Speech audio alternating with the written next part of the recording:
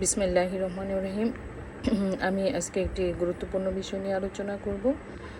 যে অনেকের মনে প্রশ্ন যে বোন ম্যারো ট্রান্সপ্লান্টের পর তার পুরো শরীরের জেনেটিক গঠন বদলে যায় কিনা।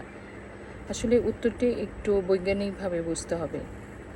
আমরা দুভাবে বোন ম্যারো ট্রান্সপ্লান্ট করি। একটি হচ্ছে অটোলোগাস বোন ম্যারো ট্রান্সপ্লান্ট, আরেকটি হচ্ছে allogeneic bone marrow transplant.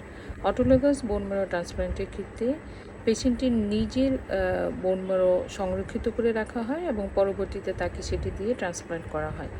But in allogeneic bone marrow ট্রান্সপ্লান্টের ক্ষেত্রে একটি ডোনারের প্রয়োজন হয়।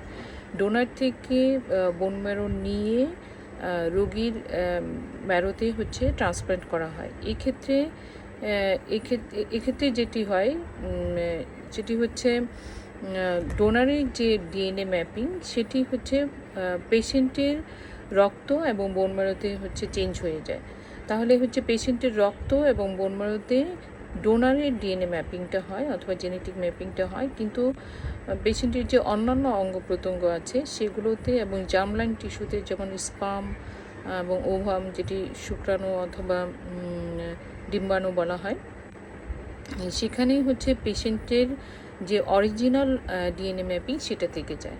সো অর্থাৎ বোন ম্যারো ট্রান্সপ্লান্টের পর রক্তের জেনেটিক পরিচয় পরিবর্তিত হতে পারে, বাট কিন্তু পুরো শরীরের জেনেটিক গঠন পরিবর্তিত হয় না। সেটি পেশেন্টের যে জেনেটিক গঠন সেটি থেকে যায়। এটি খুবই গুরুত্বপূর্ণ জেনেটিক টেস্ট ব্যাখ্যার ক্ষেত্রে, ভবিষ্যৎ সন্তান পরিকল্পনার ক্ষেত্রে এবং পোস্ট ট্রান্সপ্লান্ট কাউন্সেলিংয়ের ক্ষেত্রে। সো আমরা সঠিক তথ্য জানবো এবং সচেতন হব। আমি ডাক্তার মমিনা বেগম, অ্যাসোসিয়েট প্রফেসর হিসেবে আছি বাংলাদেশ মেডিকেল ইউনিভার্সিটির শিশু রক্তরোগ ও ক্যান্সার বিভাগে। ধন্যবাদ সবাইকে।